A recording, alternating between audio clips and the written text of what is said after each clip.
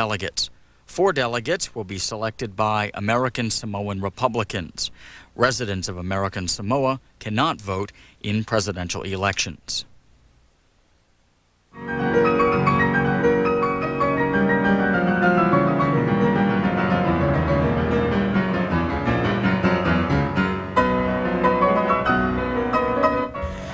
C-SPAN's Election 92 coverage resumes now with a presidential debate from Georgia.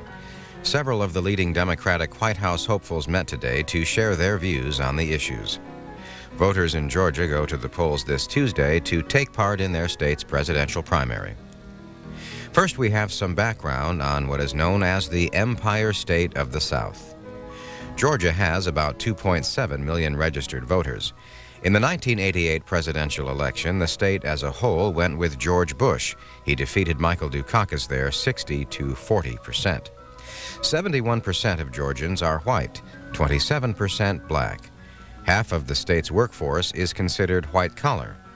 The median family income is $17,400 a year, and that is 37th in the nation.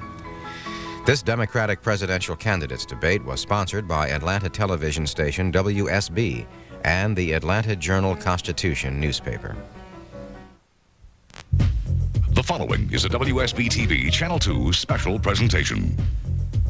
From the Carter Presidential Center in Atlanta, Georgia, this is the Democratic Debate, sponsored by WSB-TV and the Atlanta Journal-Constitution. Now, here are your hosts, Monica Kaufman and Don Farmer. As part of Channel 2 Action News coverage of Campaign 92, we want to welcome you to the Jimmy Carter Presidential Center for today's Democratic Debate. I'm Monica Kaufman. And I'm Don Farmer. We Georgians decide now on Tuesday who you want to be your president, and so we're going to hear from some of the hopefuls today in this place dedicated to the last Democrat to sit in the Oval Office, President Jimmy Carter. 4 of the 5 Democratic candidates are with us for our debate this evening. The 5th, Senator Tom Harkin of Iowa, did not accept our invitation to take part. So now let's begin, and let us introduce you to the men and tell you something about each one of them. We'll go in alphabetical order, and so we begin with the former governor of California, Jerry Brown. Jerry Brown served as the governor of California for 2 terms, but he considers himself as the outsider who can change the system. In this, his 3rd try for the White House, Brown is campaigning against what he sees as the corruption of big money influence. His campaign contributions are limited to $100 a person. Jerry Brown would replace the current income tax system in this country with a flat 13% tax on gross unadjusted income. Deductions would be allowed only for rent, mortgage payments, and charitable contributions. Mr. Brown's best showing so far in the primaries and caucuses was his 2nd place finish in Maine. To win the Democratic nomination, a candidate will need 2,144 delegates. Now continuing in alphabetical order, the next candidate has earned the most delegates so far to the Democratic National Convention. Arkansas Governor Bill Clinton has yet to win a primary or a caucus, but he has consistently finished in the top 3. In 1979, at the age of 32, Bill Clinton was elected governor of Arkansas and became the nation's youngest governor. After losing a bid for re-election, Clinton fought back to win 4 consecutive terms to become the country's longest-serving governor. The 45-year-old governor proposes a new economic program to end the recession, including tax cuts for middle-class Americans. And Clinton proposes a health care plan where employers and employees either purchase private insurance or buy into a public program, which he says would cover all Americans.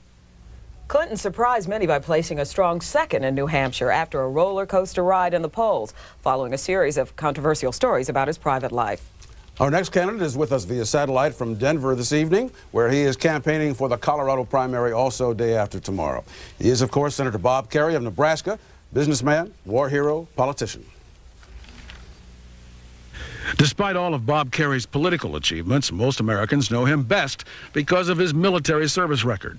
The Nebraska senator lost part of his right leg in Vietnam and was awarded the Medal of Honor. Last year, Senator Kerrey felt the Bush administration was being too cavalier in sending young Americans to face the same dangers he faced in Vietnam. As a result, he opposed giving the president authority to launch the war in the Gulf. Senator Kerrey proposes streamlining the federal government. He says he would use the savings from that to pay for improved education, technology, communications, and health care. Senator Kerry had a good week last week, winning the South Dakota primary over the other neighbor in the race, Tom Harkin of Iowa. Our final candidate in today's debate is a former senator from Massachusetts. Paul Zongas was the first to declare his candidacy for the Democratic nomination. In 1984, Zongas resigned from the U.S. Senate to successfully battle cancer, spend time with his family, and make money. The 51-year-old is an attorney with the Boston law firm. Zongas' conservative economic plan is pushing the Democrats to work more closely with private businesses. He wants greater investment in manufacturing and technology. On other social issues, Zongas is more liberal. Zongas believes all Americans should receive health care coverage under federal, state, and private plans. Zongas not only was the first candidate to declare, but he also won the first primary in New Hampshire.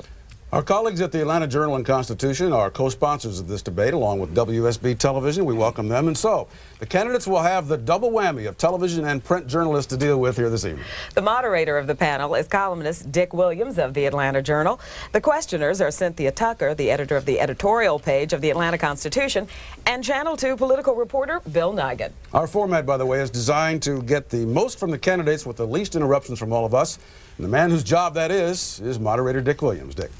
During the next hour, time permitting, we will have 3 segments. The format for our debate today will include questions from our panelists, from Georgians, and from the candidates themselves in each segment. The first segment will deal with the economy. The second will consist of questions about health care. The third segment will be what we'll call the wild card segment. In that segment, panelists and questioners are not limited to any particular topic. For our first question on the economy, we will go to my colleague Cynthia Tucker of the Atlanta Constitution.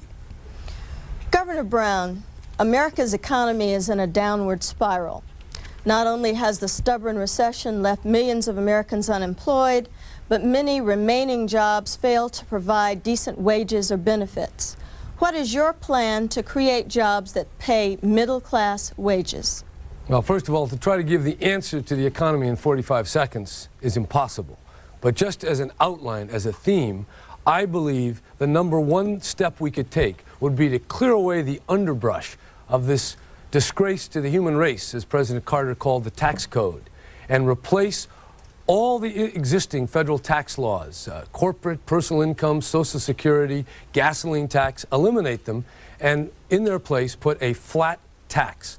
And secondly, and that will stimulate the economy, encourage investment. And then secondly, I would create 50 enterprise zones in the most economically hard-pressed areas of America and give business a tax break for hiring the people that are there unemployed or getting public assistance. We have to give an overall framework for investment, and we have to target it to those who are facing the greatest hardship.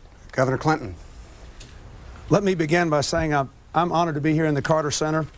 President Carter brought great honor to this state and to our country and to our party. He's well on his way to being the most successful former president in the history of our country, and I hope he appreciates this debate today, as I think he must. I think we need a balanced approach to regenerate this economy.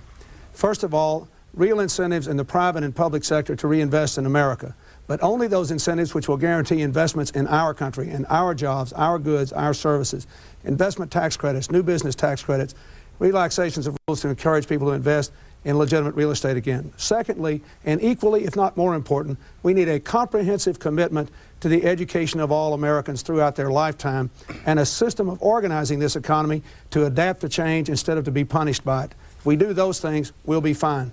Thank you, Governor. Now let's go out to Denver, where Senator Bob Kerrey is standing by, thanks to the wizardry of satellites. Senator Kerrey. Disembodied Senator Kerrey, I appreciate being here. Well, let me say, first of all, that the challenge for us is to understand that for 45 years we've been fighting a Cold War with the Soviet Union, and that war is over. And we're entering the uncharted waters beyond the Cold War.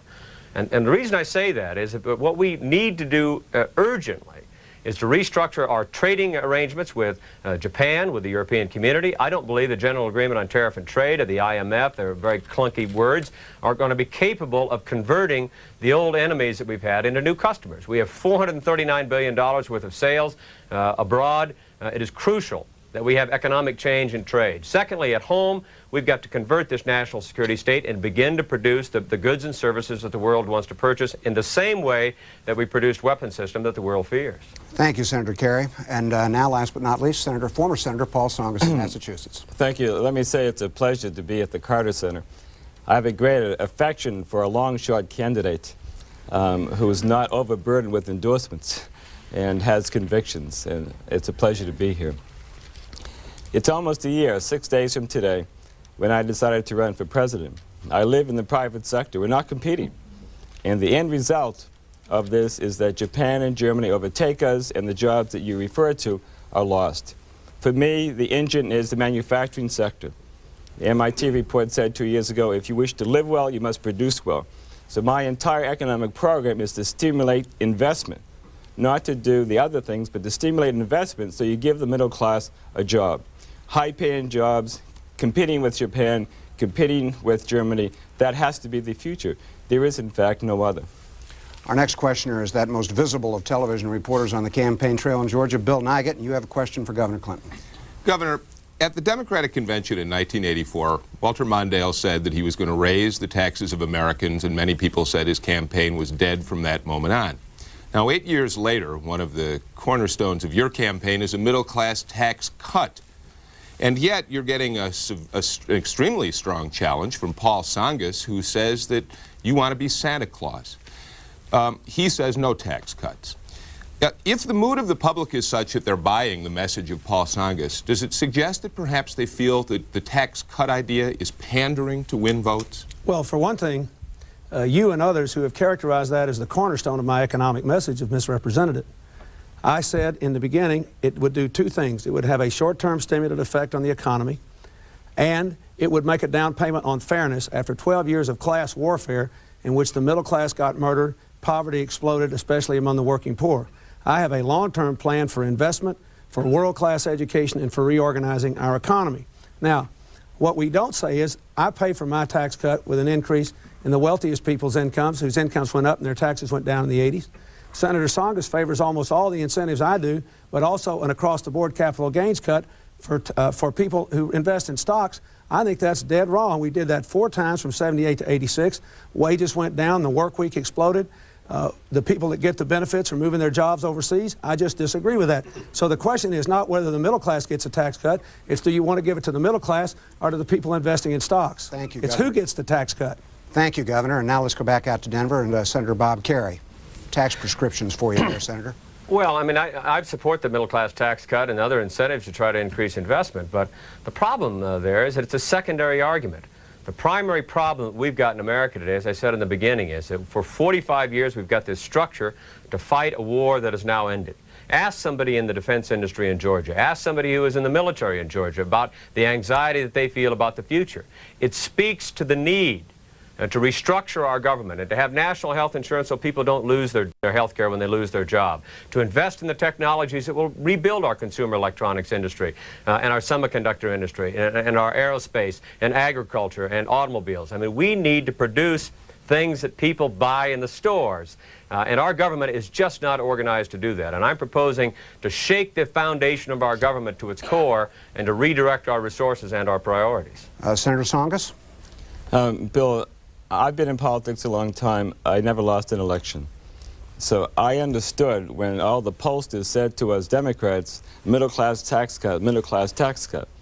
And when I said no, there had to be a purpose. I'm not suicidal politically. And the purpose was that if you talk to economists, men and women in business, you talk to the editorial writers, there was no call for a middle-class tax cut. We have to take our money, the precious reserves that we have, and put it into venture capital, into equity capital, into Head Start, those kinds of things. So there is, in fact, an economy. I would love to have come out for a middle-class tax cut. That's what my advisors were saying to me. But it's not good economics. And it seems to me if you're going to compete with George Bush instead of a bidding war, then we are no better. I have to be the non-Santa Claus alternative to what has been going on. Thank you, Senator Tsongas. Governor Brown? Well, I'd say your Santa Claus sack is pretty empty because lollipops for business are no better than lollipops for the middle class. The tax code I mean, let's be honest about it. It's been changed almost every year. Everything that Senator Tsongas is talking about and everything that Governor Clinton is talking about, it's already been tried. The capital gains cut, the middle class cut, we've had it. That's obviously not the solution. We have a 4,000-page tax morass that feeds on the corruption of selling loopholes for campaign contributions. Until we get at that, by getting the politics and the money out of the tax code so that every American can figure it out on a postcard, it'll be so simple. Under a flat tax, we're not going to get anywhere. And the real problem is we're rewarding failure, paying the congressman $130,000 a year, which they don't deserve, and paying the CEOs of the big corporations obscene salaries, which they don't deserve either. Thank you, Governor Brown. Our next question comes from a Georgian. It is about the economy, and it will be addressed first by Senator Bob Kerrey. I'm Cindy Bowen with Lockheed Georgia from the Product Support Division, and my question is, with all of the cuts in the defense and the military services, along with the car companies closing, I want to know how the Democratic Party plans to stimulate the economy to absorb all these new people coming in to an already saturated workforce. Well, let me first of all say that in the proposals that Paul and Bill and Jerry have don't take into account the changed nature of our economy. I mean, they really are trying to massage this thing at the margin. In order to create jobs in the automobile industry, aerospace industry, semiconductor, rebuild our consumer electronics industry, we've got to shake this government to its foundation and take it and turn it and orient it so that it now not only invests, but we have a coherent tax and regulatory policy. We've got a federal government that creates jobs someplace other than Washington, D.C. I mean, I believe that we can recreate our consumer electronics industry and our fiber and our semiconductor industry. But we've got to have national health insurance that says to our people that you don't lose your health care if you lose your job, that redirects our technology investments so that we begin to build the kinds of jobs that people want in this country, the kinds of jobs, in fact, are being created in Germany and Japan. Senator Tsongas, the question was actually rather specific about declining defense industries. Well, what you have in the defense industries, and by the way, it's true all over the country, not just here, you have highly skilled people who are well-trained, and when the cutbacks take place, where do they go? So my entire program is an attempt to create new companies and to take small companies and grow them so people who have this talent and these skills have a place to take those skills. Now, for example, if you have a young man or young woman in Georgia today with a great idea that can become a great company, employ those people, you know what's going to happen today? Two possibilities. One, they're going to starve. There's no capital, there's no credit. Second possibility, after much time and agony, they're going to sell that technology to the Germans or the Japanese or the Swiss or the Taiwanese. That's the great stopgap in our economy. We have to get new companies, grow those new companies, make them larger companies, so these people have a place to take their skills. All right, Governor Brown, same thing here. A rather specific question about one of Georgia's largest employers, Lockheed. Yeah, what you do is have the civilian equivalent. Expand the space program. Commit this country to high-speed trains. Commit this country to a fiber optic network, to wire with fiber optics this entire nation that will be the interstate highway of the future, only of communication, not of automobiles going back and forth burning up foreign oil. It takes a vision. We had a president who said we'll put a man on the moon, and that stimulated the electronics industry, the space industry. That is really what is required now. Give us a goal and set some realizable objectives beyond today's technology, and you will find American business will do the work, and the same technical people in the military will now be working to advance our civilian quality of life. Governor Clinton, defense cutbacks. First of all, we'll still need a defense, and I favor the ATF project, although not as many planes as the president recommends. It's still an important part of our defense structure. Here's how we should deal with defense build-downs. One, take every dollar in research and development and convert it to commercial research and development. Two, set up an agency for advanced research products in this commercial side the way that we do in the defense side. We are good at taking defense ideas and putting them into American jobs, lousy at taking commercial ideas and putting them into American jobs. Three, let these companies have their contracts for a little while longer to retool the plants and to retrain the workers. And four, have a targeted list of new technologies of the future where we have investment, we give investment incentives, and then finally have a national system investment incentives for new businesses and a banking system that makes community-based small business loans. Those are the things we need to do to generate high-wage jobs in the future. Now, Governor Clinton, it is your first opportunity to direct a question to one of your opponents, and we'll let you choose that opponent right now. I'd like to ask Senator Tsongas a question. He has recommended that we raise the federal gas tax up to 5% a year, cents a year, a gallon every year for the next decade. I've raised the gas tax, although much less than that, at home to raise money for roads. And I think we all believe we need more money for infrastructure. But if we have a 5 cent a year for 10-year increase in the gas tax, that's going to mandate increases at the state level too. How are we going to justify that if the price of oil explodes? And how is that fair to rural people in Arkansas and Georgia to pay what will effectively then be 6 cents a year for 10 years when people riding the T in Boston or the other people riding mass transit won't have to do that? Well, let me say that you, in fact, did raise the gasoline tax 5 cents. So I'm just trying to honor your tradition and to. So I'm 1/10 as good as you on that. Mine is not 5 cents; it's 3 to 5. So I wish we would deal with this in its reality. Number one. Secondly, apropos of Bill's question earlier, I understand the implications. I mean, it's very easy to say no, none of that, but we don't have an energy policy. People died in the Persian Gulf because we don't have an energy policy. $50 billion a year has been drained out of our economy to go to the oil-producing states.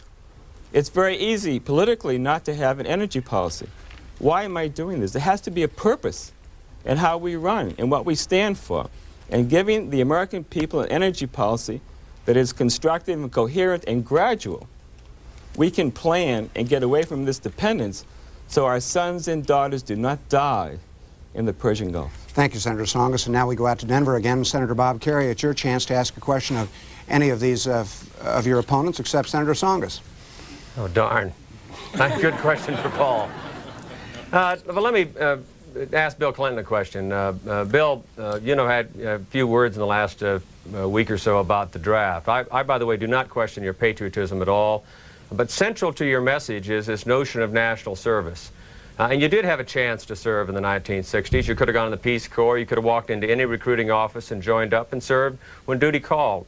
What do you say to a young person when you're selling your national service program, when they come back and ask you, how come you didn't serve in the 1960s? I tell them, first of all, that I opposed that war. I thought it was a terrible mistake.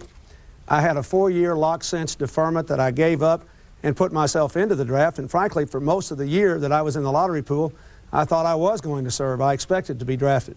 Second thing I would say is my national service proposal for a domestic GI Bill is voluntary.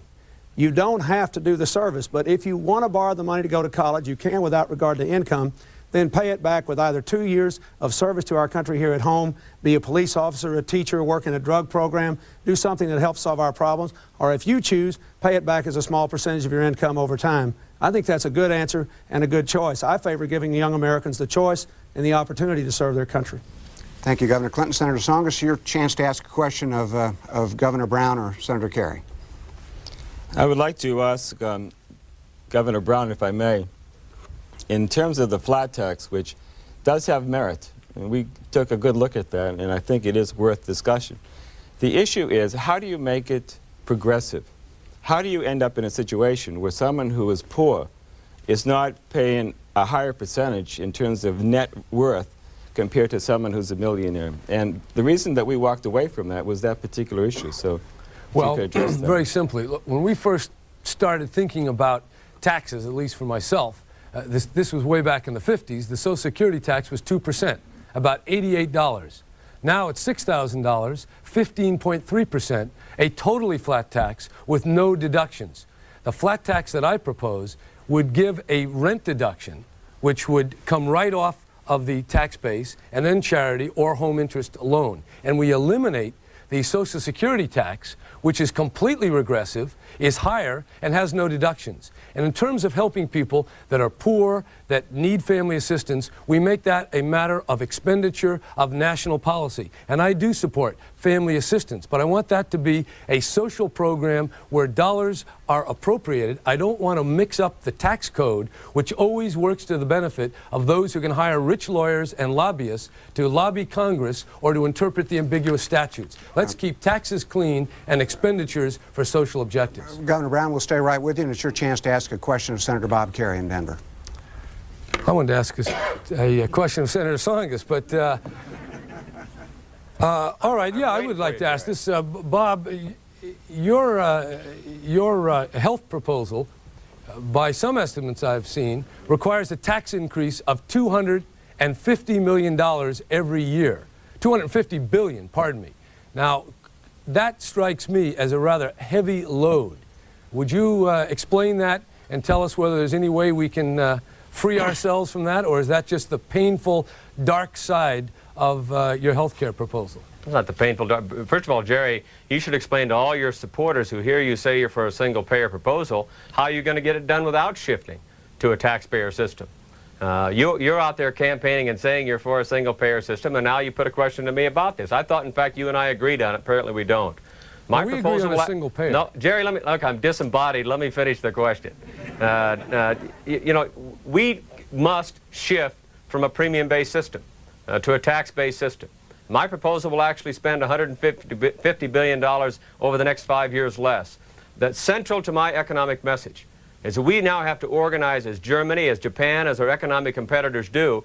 My proposal will cost an average American $500 less a year, but it will allow us to focus on job training and education, just as the Germans and the Japanese do, and say to our workers, don't worry about losing your job because you will not lose your health care as a consequence. Senator Kerrey, thank you. You'll get a chance to elaborate more on that, on the health care issue. Bill Nigut, that's our next segment, and I turn to you with a question for Governor Clinton. Well, it is, but I want to give you 10 seconds. Did Senator Kerrey challenge your patriotism or not? He says he didn't, but he certainly was tough last week in Georgia. Well, it just depended on what day you listened to him. But, you know, these things happen in campaigns, and I don't take them personally. Bob Kerrey and I have been friends a long time. We're going to be friends when this is over. My patriotism's not at issue. I've served my country for a long time and well, and not for the money or anything else. I've done what I believed in, so I didn't take it personally, and I'll be glad to have whatever debate anybody wants to have. Well, I wanted to give you a moment to respond to that if you felt a need to. But let's move on. Because we're at the Carter Center, I want to talk to you all about an issue that I know is very close to Jimmy Carter's heart right now. Grady Hospital is just about 1.5 miles or 2 miles away from where we're sitting. They have a neonatal care nursery that costs $2,000 a day for the babies inside that unit. Medicaid pays $3,000 total, and some of those babies are in there for months on end. Now, when I hear your health care plan, basically a pay-or-play system, it seems to me it could work for people who are employed, people who are in jobs right now. The question is whether or not your plan will in fact work for the working poor, for the unemployed, and take the burden of paying for things like the neonatal care unit at Grady Hospital off the backs of taxpayers who, for the most part, after all, are middle-class Americans. No, you're never going to take the burden of paying for those things off the backs of the taxpayers one way or the other. The way to take the burden of paying for those things off the backs of the taxpayers is to have a comprehensive plan which will get women to the doctor 6 times before they give birth, which will reduce the rate of low birth weight babies. Look, that's the fundamental problem. If a baby is born weighing under 5 pounds, the baby costs $50,000 to deliver, as opposed to $3,000 for a normal baby. If the baby weighs under 3 pounds, it'll cost over $150,000. We put a neonatal center in my state during my first term after my wife headed a rural health care task force. I know how much it costs. The answer is preventive and primary care out there. Take it to the rural areas, take it to the inner cities, have the clinics in the schools and have the clinics accessible to people, and you will reduce the cost. But society will inevitably have to pay the high cost of keeping those troubled babies alive. Thank you, Governor. Senator Kerrey, back to health care for you, specifically inner city hospitals. Well, first of all, that was a baloney answer. I mean, you're not going to be able to get a line appropriation to help every poor child in America get that kind of prenatal care. The only way to do it is to fundamentally change the way we finance health care. And I think Americans understand that the current system is badly flawed. My proposal allows for continuous health care for all of our children. I'm the only one that's advocating for long-term care. And yes, Jerry, I think Americans are ready to face squarely in the face this need to change the way we pay, and they understand that in the end they'll end up paying less, and in the end we'll have an environment where these children at Grady Hospital do not have to suffer, and where we make sure that they grow to be full members of our society. Thank you, Senator. Do I have a right to answer the baloney card? Well, sure. He pays for it with taxpayer dollars, too. 9 separate federal tax increases. I made the same answer he did. Society will pay for those poor kids. No, you haven't given the same answer, Bill. What you just said was we ought to get 6 prenatal visits for every mother. You can't do it under your proposal. Yes, under you my can. proposal, I get the job done. You always describe the problem, but you don't move with the solution. Your proposal, Bill, does not solve the problem. It, in fact, may make the problem worse. Mine solves the problem and allows us in this new era to move on to develop a coherent economic strategy that will reemploy Americans and allow us to be competitive with Germany and Japan. Unless we have the courage to do this one, I'm not sure we have the courage to do all the rest. Thank you, Senator Kerry. Senator Tsongas, jump right in there, please. It's nice to be out of the line of fire. I think I just put you back in it. Go ahead. Well, let's go from bologna to steak, if we can deal with this. I can't give you sizzle. I'll try to give the steak here. The fact is that Bob Kerry and I disagree on the issue of health care, but he has put together a very good plan. I happen to think that ours is better. But the fact is that both of us have put together comprehensive plans. I care deeply about health care because I'm alive because of health care. And I feel what was available to me should be available to every American. So our approach, to get to the specific question, the government mandates that everybody is covered. And the employer pays, and those who are unemployed, who are self-employed, who are part-timers, the state negotiates with the providers so that each person then gets a card. So that's how everybody's brought into the system. And the final thing I would say is this managed competition approach has been endorsed in its concept by, for example, Time Magazine, Business Week, the New York Times, and it gives you some sense that there's some solidity to what we have proposed. Thank you, Senator. Governor Brown, your turn at that. Well, I don't agree with Paul Tsongas' idea of managed competition. We've had experiments with that. Corporations are in business to make money, and I think a major part of the problem with healthcare today is greed. It's excessive profits from drug companies, from specialists, from insurance companies acting as this massive bureaucratic intermediary in the delivery of services. We find out that in American hospitals, they have 300 people in billing alone, and in the same hospital in Canada, they may have only 10 or 15 on the same size hospital. So it really is a matter of rationing the greed, not the need, and you need a tight price control to enable Americans to get health care at the same cost they get it in Canada and Europe and Japan. Thank you, Governor. Our next question from Cynthia Tucker, please. Senator Kerry, wouldn't a comprehensive health care system such as the one you propose inevitably produce long waits for routine surgery and rationing for expensive procedures such as organ transplants? No, that's a fear that's always thrown out there by insurance companies and others, and I must say with respect to Paul Tsongas, I mean, it may not be baloney, but it's close. I mean, the fact is you don't have long-term care in the proposal, and until we budget health care at the national level, until we just say that every American is covered, like every other one of our industrial competitors do, we're not going to be able to reform this system. No, mine will not produce longer lines. It gives patients choice, Americans choice at the local level. They get to choose their doctor. They get to choose their hospital. They get to choose where they want to go. But the most important thing is that this growing uncertainty that people have about whether or not the bills are going to get paid is eliminated. We have a responsibility to control the costs. Mine faces the responsibility to control the costs directly and will allow us to be competitive with Japan and Germany and will allow us to advance to other economic changes. Thank you, Senator Kerry. Back at you, Senator Tsongas. Let me just say, Bob, I've always, in reference to your healthcare plans, have gone out of my way to commend you in what you've done and to show respect for the effort that you made. So I would hope that that would continue as you speak about my program as well. Let me say there are disagreements here, but the disagreements between us are minor compared to what we're proposing and George Bush. We should make it very clear, if George Bush is reelected, there will be no health care plan in this country. What he threw out in the State of the Union was a gimmick, tax credits.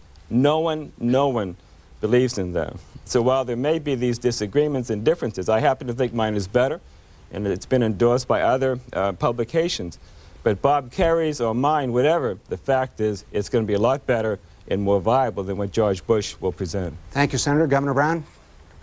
On the health care? Yes, please. Look, there's a reason why we don't have health care in this country. President Truman proposed a national health care system that was wonderful and would cover everyone. And that was 50 years ago. Senator Kennedy talked about it 20 years ago. The Democratic platform has contained a call for national health care for 25 years. The problem is that the health care lobbies, the insurance companies, the pharmaceutical companies, and others pour $30 million every 2 years into the Congress to keep it the way it is. And until we can reform that system of corrupt money feeding our politics, we're not going to get a health care system. This is a matter of taking power back from those interests that now have a stranglehold on the governance of this nation. Thank you, Governor. And Cynthia, let's let you refocus the question as we go to Governor Clinton. Yeah, but yes, I'm going to let her but put a little sharper focus on it. To ask it a little differently, because Senator Kerry had a specific program that I wanted to ask him about, and I would like to ask you instead to talk a little bit about cost containment. Everybody wants to see all Americans provided with health care. But how do we address the problem that some procedures, like organ transplants, like the care that Senator Tsongas got after his cancer was diagnosed, are going to continue to be very expensive? What do we do about cost containment? Well, you have to do two things. First of all, we argue, I think, too much about the method of financing.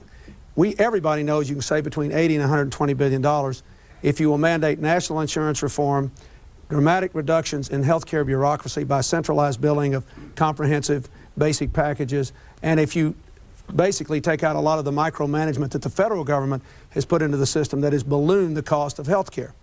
The problem is we have rationed healthcare on the front end. We don't have enough access to primary and preventive care. We don't have enough education and basic health services in our schools. We brought the infant mortality rate down in my state by 40% by reaching out to those people. So I say to you, what you want is incentives to get people in health care groups where they pay a yearly fee, get whatever they need, but you front load the system so that the few people who need the expensive procedures will still be able to get it. Thanks, Governor. Now we turn to a question from a reader and a viewer on health care, and it will be addressed to Senator Paul Tsongas. My name is Michael Mitchell. I would like to know, what are the candidates going to do to provide health care for the poor in the rural areas of the South? Senator Tsongas? Thank you. Under my plan, as I stated earlier, for those people who are not working for large employers, who are self-employed or unemployed, that category of people, they have no capacity to go out there and negotiate. So under my plan, the state has that function. It is the responsibility of the state to come in and negotiate for people in rural areas, for people in small businesses, for people who are unemployed, for people who are self-employed, etc. The only way the system operates, we talked about cost containment, if you have parties who are negotiating who are of equal strength. Again, the problem with the Bush plan is you have an individual against a provider. Under our plan, you'd have the provider and the state of equal strength. And the three other cost containments, if I could: one, standardized costs; two, change malpractice laws so doctors did not practice defensive medicine; and thirdly, most importantly, preventive care.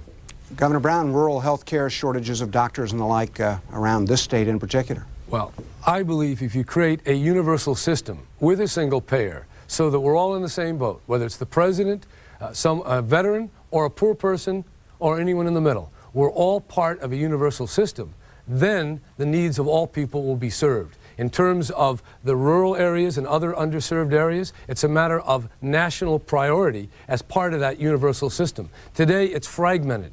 1,500 different insurance companies trying to make a profit in delivering this whole fragmented system. Unify it, as they do in Canada, with a single payer, and I believe you can allocate in the proper way to assure that every American has a basic level of care, including long-term care. Governor Clinton, the question, I suppose, would apply equally as well to Arkansas. Yes, and it's a very important one, and I want to make it clear, you will not get coverage to rural America just by having national coverage. If you provide all those people with a basic package of access, coverage, that's important. You've still got to get the doctors and the nurses and the facilities out there. In my plan, we would allocate some money for rural health clinics and to work in partnerships like the one you have here in Georgia, probably the most successful of its kind in the country, with Mercer, with the Medical College of Georgia, with the state and local officials here, putting doctors out in rural areas. I would revitalize the National Health Service Corps. I would work very hard in providing funds through local health departments, through schools, and through other units to put doctors and medical facilities out in rural areas. Pure coverage won't do it. You've got to go to the rural areas. You've got to do the same thing in the inner cities. And Senator Kerry, the same thing, I guess, on the Great Plains of Nebraska. Well, look, with Health USA, my proposal, as controversial as it may be on the tax side, let me just say to the people out there in Georgia who are listening to this thing, you're going to pay less, not more. And all the representations made by other folks out here to the contrary just isn't true. Every single American will have a card. They'll be allowed to choose their doctor, be allowed to choose their hospital. And this fear that people have, the requirement of going to a welfare office, will be eliminated to prove you're poor enough to get either acute care or long-term care for our parents. What I do on top of that, secondly, is to say that we need to deliver care. And I provide very specific funding, $2 billion, to deliver care to rural areas and to inner-city areas that are underserved. The third thing that I do is that I require the states, and by the way, the states will manage, not the federal government. I require the states to develop a prevention account specifically so that we can get out there and do immunization and preventative work. All right, Senator Kerry, thank you. Now, Governor Brown, it's your turn to pick a candidate of your choosing this time to whom you'd address a question. Yeah, I'd like to ask Senator Tsongas, in this managed corporate competition, you've still got the profit motive sitting in there with hundreds of insurance companies all providing their own separate policies. How in the world are you ever going to get the cost control needed to provide the universal access? Let me say as preface that as wonderful as the Canadian system is, if I had been in Canada when I got cancer, I may not be here today. So there's a limit to my enthusiasm to how much I can embrace it. I don't know where there's any evidence of that. Let me finish. The fact is that the only way you can bring about efficiency, when I got my group together, this was back in May, I said you've got two mandates. One, everybody gets it, and two, don't bankrupt the country while you're at it. So giving it to everybody is the easy part. How you contain the cost is the difficult part. And there are two choices. One, government is efficient. If you believe that, we have counseling available outside after the program. The other is to use the marketplace to compete against each other. So it is in the self-interest of the providers to bring those costs down. So they reach out, the best doctors, the most efficient doctors, the best hospitals. I'm very wary of a program that says to people like me, quickly, you talked about the technologies, that we're not eligible and that we're going to have to wait. No thanks. I'd rather still be here. Right. Now take a deep breath, Senator Tsongas, because it's Governor Clinton's turn to ask a question of a candidate, of anyone except you. I'd like to ask a question of Governor Brown. I have been impressed with a lot of what you said about political reform, and I agree with it, a lot of what you said. But let me ask you what your specific position would be on a bill in Congress to limit the aggregate cost of congressional campaigns and require television and radio stations to open the airways for debates like we're having now.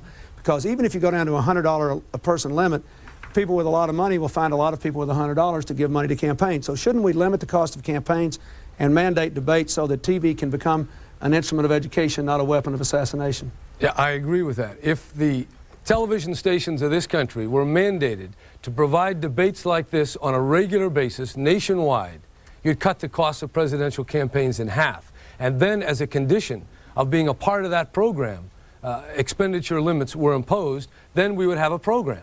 And you can do this with the same matching funds, $100 limit, and then I would add an 800 number. And let every candidate, yeah, the feared 800 number. And I would just say, let the people decide how much money they want to call in to their 800 number, which is 426-1112. I'd like you to call in, because that's the way my campaign survives. Not on the fat cats, but on regular Americans calling 426-1112. But would you do the same thing for Congress? All right? Senator, would you do yes, I would do the same thing for Congress. That's the point I'm trying to make. And I believe in the next campaign, everyone is going to have either an 800 or a 900 number. A 900 number, that's what you I think that ought to be in the congressional bill. Thank you. Then the marketplace determines who will be supported. Thank you, Governor. Senator Kerry, it's your turn to direct a question to Governor Clinton of Arkansas.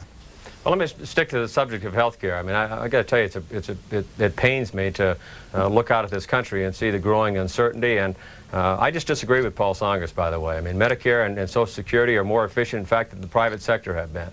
But, Bill, let me ask you this. In your health care proposal, where does long-term care come in? I mean, how do you get long-term care under your proposal? I think you have to finance it through an extension of the Medicare program. And I think that you have to make it available to people before they fall into poverty, which is the case for government coverage today. And you have to give people a broad array of choices. We adopted a program in Arkansas called Elder Choices this year, starting with 3,000 people, where we let them decide money that used to go to nursing home care. Do you want it for a nursing home, or would you prefer it for home health care, for personal care, for trips to the senior center? You decide. Under my proposal, what we would do is have the government pay for part of it and have everybody who participates pay for part of it, limited to a percentage of their income so that no one would be unduly burdened. All right, Senator Tsongas, it's your chance to ask a question of Senator Bob Kerrey. Bob, we both talk about manufacturing. And one of the important bills that is now before the Senate, which Dale Bump has introduced, is a modified capital gains tax that basically says if you invest in new companies, you get this capital gains tax credit. Most of the Democrats in the Senate have endorsed that, and you have not. I would like to ask you why you have not signed on to that bill. No, it's just a procedural thing. If you want me to endorse it, I endorse it. I like the idea. I mean, I think it's a good proposal to steer economic resources into new businesses. But let me say, Paul, that you know, you represent that you're in the private sector. And I think at some time you ought to disclose directly on it. That means that you're a registered lobbyist in Washington. I've run into you in the gym down there while you're doing work. I know what it's like to create jobs in the private sector. And I understand not just the taxes that need to be adjusted, tax system needing to be adjusted to create those jobs, but we need a whole new strategy. Our government is not organized to be able to create the kind of high-paying jobs that I think Americans want. And I've got to tell you, I think the American people are ready to fight for the kind of fundamental change that will put us in line with our economic competitors of Japan and Germany. All right, let's change the subject a bit. Go to another question from a good reader of the Atlanta Journal and Constitution or viewer of Channel 2. The question is about crime and drugs. My name is Sheila Talbert, and I'm a native Atlantan. I would like to know what the Democratic Party would do to help fight the crime situation, especially the drug problems we're having in the inner city. Governor Brown, we'll start with you. It's very clear to me, when I was governor, I signed hundreds of anti-crime bills. We doubled the number of people that were going to prison. We started a prison building binge. And then for the next 10 years after I left office, so did President Reagan and all the other governors. And crime has gone up. Gang warfare, crack was invented in the mid-'80s, and it's become a scourge. The #1 answer to crime is to make sure that every American has a job, that these neighborhoods of isolation and despair are removed and turned into avenues of hope and opportunity. That's what the Enterprise Zone will do, to give a tax break for business to go in and hire people.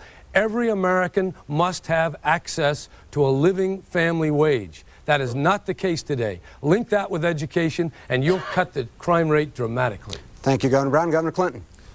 With regard to the supply problem, I would strengthen the traditional Coast Guard, Border Patrol efforts. I would do more to follow the planes that are coming into this country to remote airports. But it's mostly a demand problem. 5% of the people in the world using half the drugs. I would have treatment on demand. I would have alternatives to incarceration. I'd have community-based boot camps in every major city and in rural areas in this country for education, treatment, discipline, and hopefully connecting people through community service work to a better future. I'm going to visit one of the boot camps here in Georgia tomorrow. I would have community policing, more policemen on the street, preventing crime, not just catching people after they commit crime. And I would reach these kids and adolescents to try to turn them away from the life they're coming to live. You've got to deal with the demand problems and connect these children to our society again. Senator Kerrey. Well, first of all, I think we got to get tough with it. I mean, I don't think we are. I mean, we're all sitting here terrified of the National Rifle Association. I respect a person's right to bear arms. I'm from the western state. But we don't need semi-automatic rifles on our streets. We don't need our kids hauling around and going to our stores and buying little pistols that they use to shoot one another. We've got to give our law enforcement people the resources they need to fight this battle. And we've got to make it clear that when we talk about gangs, that we send a signal that you're going to get punished if you violate our laws. And finally, I just say on treatment on demand, Bill, I mean, unless you have a specific line, some more money that you're going to spend, unless you have a national program of health care, like Health USA, the one that I've introduced, that in fact does pay for treatment on demand, that pays for treatment for alcoholism, that would allow us to develop community-based, not federally driven, but community-based programs that would allow people to put their lives back together, I just fear we're not going to get the job done. Senator Tsongas, your shot at that. Thank you. Number one, the most important, have an economy that works. So people have hope and they don't get into crime and into drugs. But as to drugs specifically, number one, those countries which export drugs to the United States should be on notice that there will be sanctions against them. Secondly, take some of your military capability and use it to interdict supplies coming in. Thirdly, the death penalty for major drug traffickers. That has to be society's strongest message. We will not tolerate this kind of activity. And then the most important in my mind, rehabilitation. Someone who wants to get off drugs should be given every opportunity to do that and cease the life of crime. And I think ultimately we have to educate our children. You know, I have a 10-year-old and a 14-year-old and an 18-year-old. They are exposed to things that I never dreamed of. We have to give our children the capacity so when these temptations come down the road, they have enough in their heads to make the right decision. Thank you, Senator Tsongas. This debate is, gentlemen, as you know, is a half an hour shorter than most, and we're winding down, so we'll go right to another round of free-for-all questions. And Senator Kerry, we start with you, with the opponent of your choosing. Oh, I get to ask a question. Well, let me ask Jerry Brown. Jerry, you and I essentially agree on single-payer system of health care, and I have now picked up the endorsement of Senator Moynihan for the proposal, and I think there's going to be growing enthusiasm. You know that's an awful lot of special interest money that is going to oppose it. Why do you think that neither Governor Clinton nor former Senator Tsongas have proposed that kind of sweeping change? Because it is sweeping change. It is a radical departure from where we are, and it includes everyone in one system. And it's the only way you can actually control costs, because the single payer can say no. All these competitors that Senator Tsongas is talking about are still in business to make a profit, are the very ones who are creating the red tape, who are trying to avoid people who get sick and cover people who are healthy. All the problems we have are not eliminated. But to eliminate them in the manner of a single-payer system means to fight the insurance lobby, means to fight the pharmaceutical lobby. It's a major war with the most entrenched, powerful interests of Congress, and I'm not sure people are ready to stand up and do battle with that. Senator Tsongas, your turn. A question for anybody but Governor Brown. That last question was directed towards Jerry Brown, was deflected. These things happen. If I were better at billiards, I'd be better at this debate, I think. Well, I would like to ask Governor Clinton, Bill, this campaign the last couple of weeks has become nasty. And as you know, 2 days ago, I began my response ads. The fact is that what's happening between us, and it's really all of us, really only serves George Bush. And I called upon Ron Brown the other day to get us together and agree that we don't mention each other in ads, that we stop the attacks, and we focus our attention on George Bush. So I would ask you, I will make a pledge that I will pull everything off, and all of my ads will deal with substance, with George Bush and what I stand for. And I would ask you to do the same thing. Well, you said that very carefully so that your negative ad means you can say anything you want as long as you don't use my name. You attacked Bob Kerry and I totally dishonestly, claiming that we were for a middle-class tax cut to swell the deficit, when you knew that we paid for it with an increase on upper-income people. You didn't use our names, so you could be dishonest and say I'm not running a negative ad. I did not run a negative ad. I ran an ad comparing your positions and mine, using your words, your call to economic arms in Time magazine. That is not a negative ad. I think the American people are entitled to know what the differences between our positions are, and if you won't tell them, somebody needs to. Governor Brown, your question for Senator Tsongas or Senator Kerry. Yeah, I'd like to, Paul, I've been reading this call to arms, and I saw you got this modified capital gains, you've got some R&D tax credit, which we already have. You've got some stuff about the quarterly reports, about relieving directors' liability and weakening the antitrust laws, which I think essentially has been done for research purposes. What is the silver bullet inside that call to arms that's going to stimulate this economy when we've been going through all these changes over the last 10 years that you're talking about? There is no silver bullet. All right? This is real life, the real world. You know, in addition to what Bob mentioned, I'm also a real estate developer. Imagine being in Massachusetts real estate in the 80s. You learn something along the way. What you learn is that you can't build a building if you can't fill it. I'm also the director of 7 companies, large companies and struggling startups. There is no venture capital. There is no venture capital. The Japanese take these companies, they grow them, they grow them, they grow them, they grow them. In this country, they are starving out there with small companies and good ideas. The silver bullet, you talk to any small business person, what do they want? Credit, capital, trained workforce. Those are not the silver bullets. Those are the forces that drive an economy.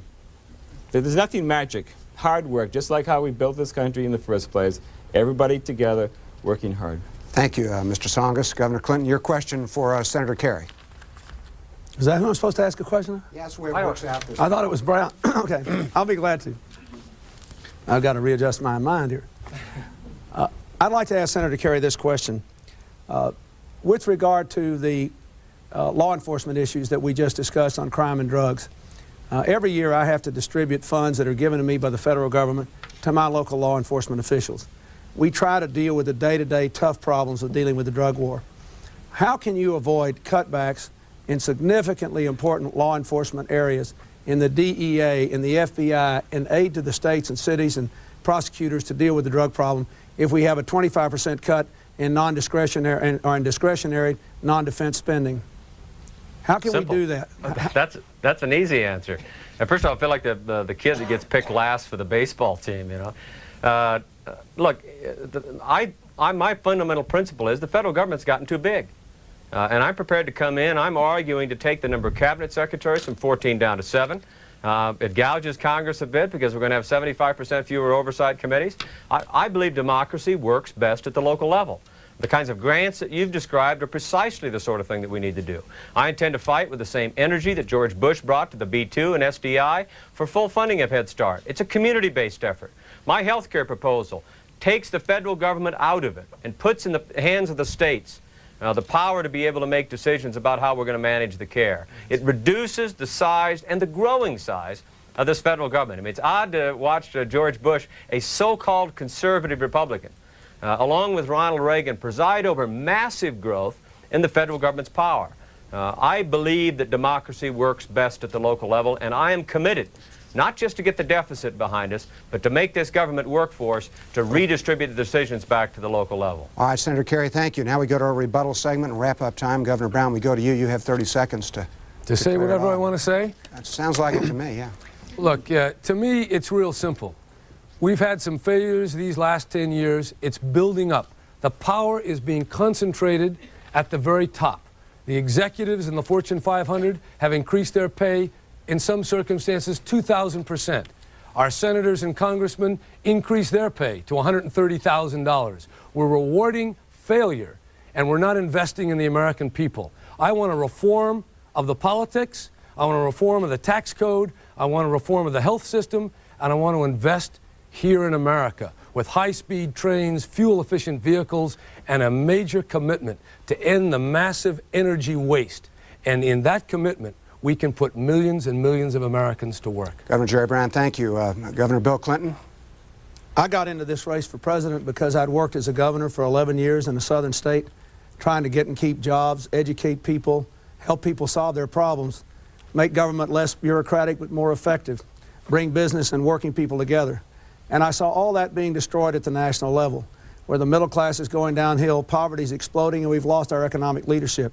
I believe I've offered the best comprehensive economic plan to reorganize our economy, give real incentives to invest, but most important, put people first, educate everybody, and give them a chance to compete and win. Thank you, Governor Clinton. Senator Kerry. Well, I don't think you have offered the best plan, Bill. It's a good one, but it's not the best. I mean, the problem is that our government has been organized to fight a Cold War for 45 years, and people now are reluctant to change. Not in the country. In the country, people know that we need to change, that we're in the economic fight of our life. I intend to take the power of the presidency and work to transform America, to create real jobs. I've done it as a business person prior to getting into politics, and I'll be the best president that small business ever had. We'll not only create jobs in the United States of America, but we'll demonstrate that we can compete with Japan and Germany for the purpose of working hard to convert old enemies into new customers. Senator Tsongas, I don't want you to feel like the last guy picked for the baseball team. In fact, this is alphabetical, but it is your turn. Given your baseball team, I would accept. Jimmy Carter ran for president and he won because he had a vision and a purpose. My purpose when I started George Bush was at 91%. My purpose is a new Democratic Party, true to its traditions on individual rights and to the environment. But the Democratic Party must reach out to independents and to Republicans with a pro-economic growth message. We have to reach out to business and understand that we have to be the party of economic growth. That combination, committed to individual rights and the environment on social issues and committed to economic growth, that is the party that can win. That's how we can beat George Bush, and I think we're going to do that come November. Thank you, Senator Tsongas. On behalf of the Atlanta Journal-Constitution and Channel 2, I want to thank the candidates who are here, Senator Kerry out there in Denver, and my fellow panelists, Bill Nigut of Channel 2 and Cynthia Tucker of the Atlanta Constitution. Thank you very much. Well, that ends our debate. 380 delegates up for grabs on Tuesday. We have 3 primaries and 4 caucuses. Georgia has the largest lump of those delegates. And we can tell you the polls here in Georgia open at 7 and close at 7 p.m. on Tuesday. Thank you for joining us, and thank you to the Carter Center. We hope you've heard something here this evening that might help you decide who to vote for. I know a lot of people have been undecided. Keep in mind the cliche, if we don't vote, we don't have much right to complain. Our coverage of Campaign 92 continues, and on Tuesday we'll have the winners and the losers and what it all means to the extent that we can figure it out. Thank you for joining us. See you on the news.